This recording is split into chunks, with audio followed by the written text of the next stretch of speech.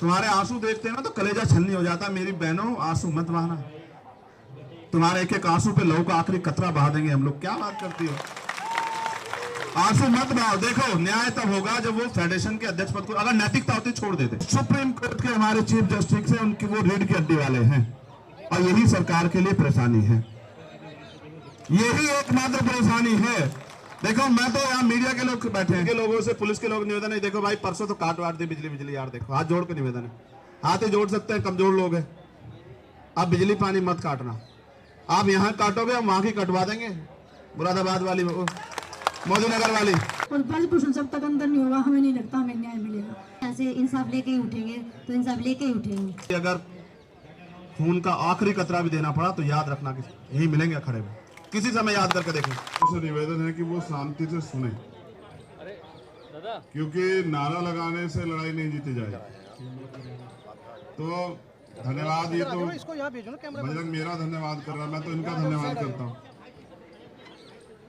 अगर कोई हक की लड़ाई लड़ने आएगा तो मेरे जैसे लाखों लोग आएंगे उनकी मदद करने के लिए। देखो, मेरे दो पक्ष हैं। मैं उन सभी लोगों का धन्यवाद देता हूं जिन्होंने इस लड़ाई में समर्थन किया।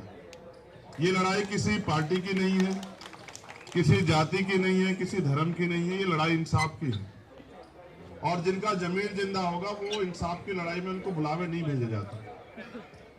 मैं पिछले कई दिनों से इनको देख रहा था।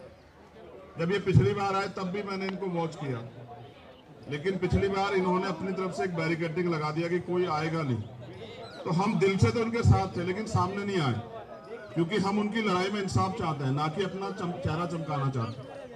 अब जब उन्होंने दरवाजे खोले तो मैंने इनसे कहा कि बेफिक्र रहो। इस आंदोलन के बारे में दो चीजें जाननी पड़ेंगी। पहली ये कि ये आंदोलन सिर्फ जो सरकार आज चेहरा दिखा रही है कि जाटों का आंदोलन है, ये अच्छा नहीं है लोकतंत्र में कि जाट खिलाड़ी हो। अगर आज ये जाट खिलाड़ी हैं तो कल इन्हीं जाट खिलाड़ियों के जब ये गौरवान्वित करे देश पे, तब भी तो आप तालियां पीट रहे थे। तब कुछ क्यों नहीं हुआ?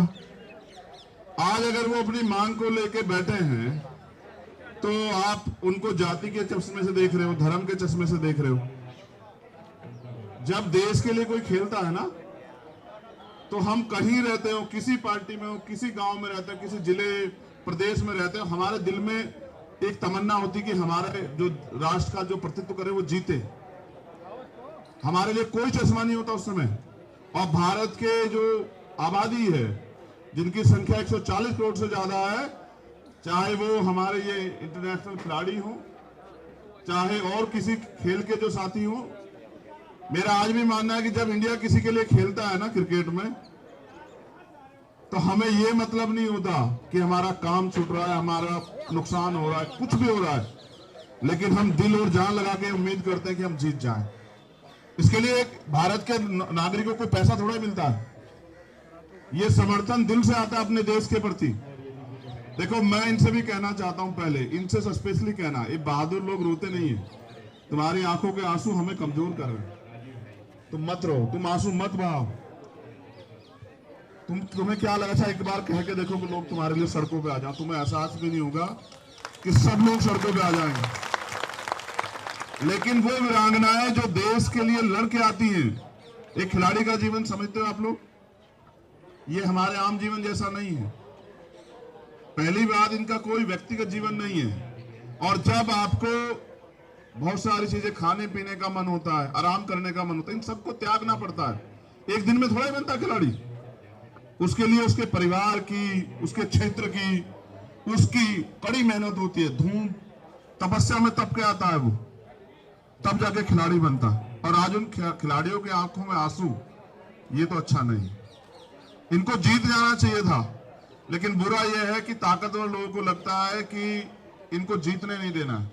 और ये जीत की लड़ाई नहीं है, ये न्याय की लड़ाई। आप महसूस करो क्यों सुप्रीम कोर्ट जाना पड़ा। ये तो काम पुलिस का है ना। अगर किसी के खिलाफ भी कोई शिकायत आती है तो पुलिस एफआईआर करेगी ना। अगर नहीं करेगी तो फिर कानून किस लिए?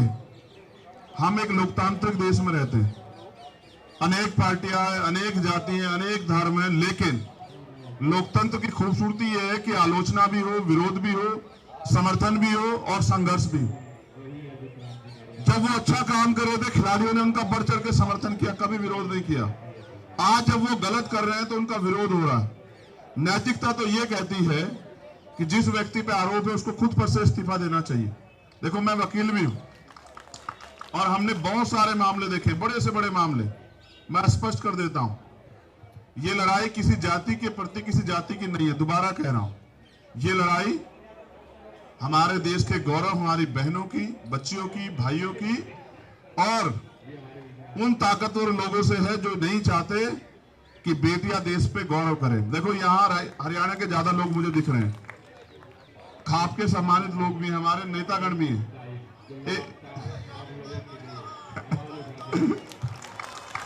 एक दिन वही हरियाणा था जहां बेटियों को इतने अवसर नहीं थे। आज का हरियाणा है जहां बेटियों के नाम से हरियाणा की पहचान होती है। मैंने तो देखा ओलंपिक में बेटियां मेडल लेके आई, सारे बेटे कमजोर पड़ गए, पढ़े या नहीं पढ़े। तब हम खुश हुए, हमने तालियां बजाई, हम सेल्फी खिंचवाने के लिए घूम रहे थे। और मुझे तो इस देश में इतने मजबूत प्रधानमंत्री मैंने देखा, जो टीम हार भी गई उनको उन्होंने फोन किया कि भाई आप घबराना मत। लेकिन आज पता नहीं पिछले कुछ समय में परिस्थिति बदली है। आज वो बेटियां यहीं बैठी हैं, उनसे कुछ गज की दूरी पे। आज आवाज नहीं जा रही है, आज आवाज नहीं जा रही है। देखो पिछले कुछ समय में बहुत कुछ बदला, इस बात पे गहराई से सोचो आप लोग। ये आज की लड़ाई नहीं, जब भी कोई लड़ने के लिए आए, चाहे वो किसान हो, नौजवान हो, कोई भी हो, चाहे किसी जाति का और धर्म का अपने अधिकारों के लिए आया, सरकार ने एजेंडा सेट कर दिया तभी। अब बजरंग के साथ एक अच्छी बात यह है, आप इसे फोन करो या ये आपको फोन करे तो ये कहेगा सीधा एकदम छुटते कहेगा राम राम जी। अब इसको कैसे आप एजेंडे में सेट करोगे? आप इसको मुसलमान कहोगे, आप इसको खालिस्तानी कहोगे, आप इसको धर्म विद्रोही कहोगे, आप इसको टेररिस्ट कहोगे, क्या कहोगे? यहां सरकार आके फंस जा रही है, वरना सत्यता ये यहां बैठने नहीं देते। ये तुम दमदार लोग हो भाई। अगर यही मुकदमा किसी गरीब आदमी पे हो गया होता ना, उसके परिवार की खाल खींच के घुस भर देती पुलिस। हमने जिंदगी देखी है, यहाँ 20 साल हो गए हमें काम करते हुए। अगर न्याय सबके लिए समान होता फिर एफआईआर के लिए कोर्ट नहीं जाना पड़ता। देखो ये भी एक सत्य है, जब तक वो फेडरेशन के अध्यक्ष रहेंगे तब तक कुछ भी निष्पक्ष नहीं हो सकता। बिल्कुल, ये बिल्कुल सत्य बात है। जब तक वो फेडरेशन के अध्यक्ष है तब तक निष्पक्ष न्याय तो छोड़ दो, न्याय का मात्र होना नहीं, न्याय दिखना भी चाहिए। जब आप उस पद पे बैठे हो तो कहां से न्याय हो जाएगा, और जब आप उस पद की ताकत का दुरुपयोग कर रहे हो तो कहां से न्याय हो जाएगा। मैं तो ये समझ रहा था कि ब्रजभूषण जी अपने आप जो वो इस्तीफा दे देंगे कि भाई पहले निष्पक्ष जांच होने दो। कल से मीडिया ने एक चीज चलाई कि भाई कमेटी की रिपोर्ट भी नहीं पड़ी, वो भी कह रहे हैं कमेटी की रिपोर्ट भी नहीं पड़ी। ओ भैया कमेटी कौन सी है जी? कोई निष्पक्ष कमेटी है? कोई जैसा उस कमेटी को लीड कर रहे हैं सरकार के लोग हैं, सरकार के नेता हैं, सरकार से जुड़े लोग हैं। मेरा तो ऐसा मानना है जिनका रोजगार इस सरकार से चल रहा है वो बेचारे क्या निष्पक्ष हो जाएंगे बताओ? अगर कमेटी बनानी है ना तो चीफ जस्टिस साहब बैठे तो हैं, उनके नेतृत्व में बनवा दो, पता लग जाएगा तुम्हें सारी चीज का कैसे जांच होती है।